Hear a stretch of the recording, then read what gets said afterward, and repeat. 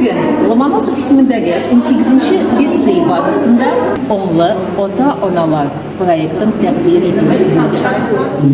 Пришло время, когда отцы должны принять более активное участие в воспитании детей, способствовать сохранению. Татарстан – инновационный регион, у нас приветствуются все ведущие практики, и многие программы стартуют именно с нашей республики.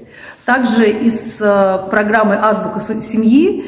И для меня большая честь, что как уполномоченный по правам ребенка я представляю этот проект, выступила с инициативой. В таком системном формате Зеленодольский район является первым в Республике Татарстан пилотным по реализации школы осознанного родительства.